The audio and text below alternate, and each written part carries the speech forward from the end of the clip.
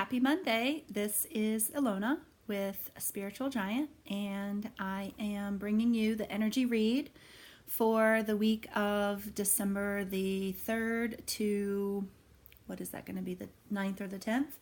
So so this is interesting. We had a bunch of really powerful cards that came out for the week here. So I'm going to go ahead and just get started. So the first question in the new format that we're working with is, what is the main energy for the week? And we got the Emperor card.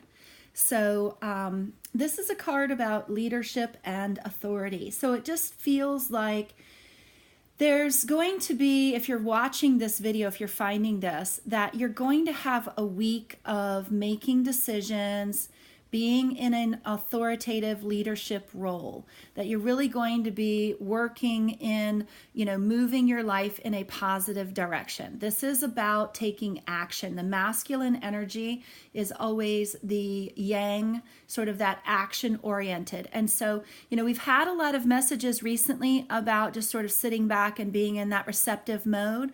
And Spirit is really calling for us to be in the masculine, in the yang energy for this week. So be prepared to, make some decisions, take some action, but always be in the place of taking inspired action, not efforting for the sake of efforting, but maybe really using your energy to, to do things that are inspired for you. So the next question is, what is going to be the lesson for this week? And we got the High Priestess. And this bottom of the card here says intuition. And so it feels like this week we are really going to be tested on trusting our guidance, trusting our angels, trusting our intuition, trusting our higher self.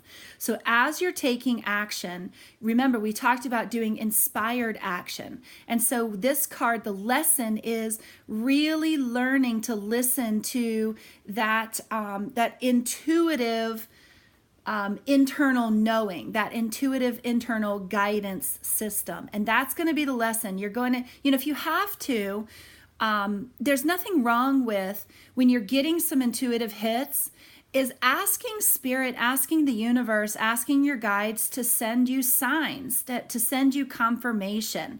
So if you're, the lesson is that they really want you to learn how to use your intuition.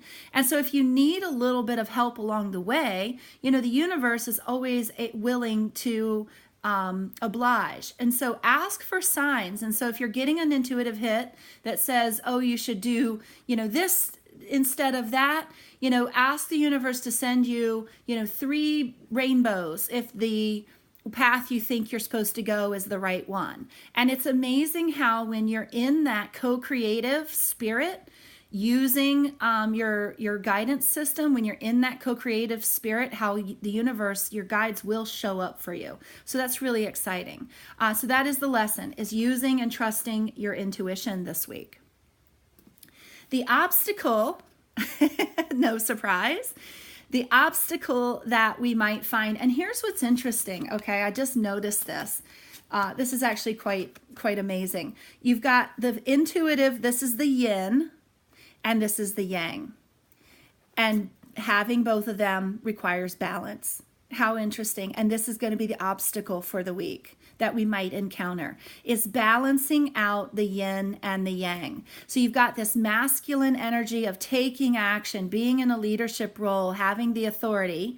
You have the feminine energy of trusting your intuition, being open to receiving the messages, which means in order to do this, it means you have to stop and get quiet. It means you have to sit in that meditative state, even for just a minute or two, and really listen to what your intuition, your feminine energy is trying to tell you. That is going to require balance. It is going to require that you get balanced in order to be able to hear those messages clearly. So I think that's actually quite beautiful. This is definitely going to be a week about balance. And so the next question is, how will we benefit from this? And the card we got is the 6 of Cups. And so I asked for a clarifier for that, and I got the source card. And this is really, to me, it speaks about, this card can generally mean memories. This one says memories of love. It's the nostalgia. It can also mean children. But what I'm getting from this is that there's going to be, by taking this leadership role, by trusting your intuition and finding balance, that there's going to be a healing of the inner child. There's going to be a healing of sorts that takes place that's going to help create some one unity consciousness. And so for those of you who are finding messages like this, you're obviously on some sort of an awakening path. And we all know that awakening is really just remembering that you are an extension of God, that we're all one. And so it just feels like as you practice this balance, as you practice this yin and yang, as you practice being grounded in both the masculine and feminine energies this week, it is going to create some healing for that inner child from any kind of past life potential, or it can just be also from this life. But it is going to create that oneness. So I love that. That's the benefit that we can expect. Okay, and so the next question is, what needs to be released or healed?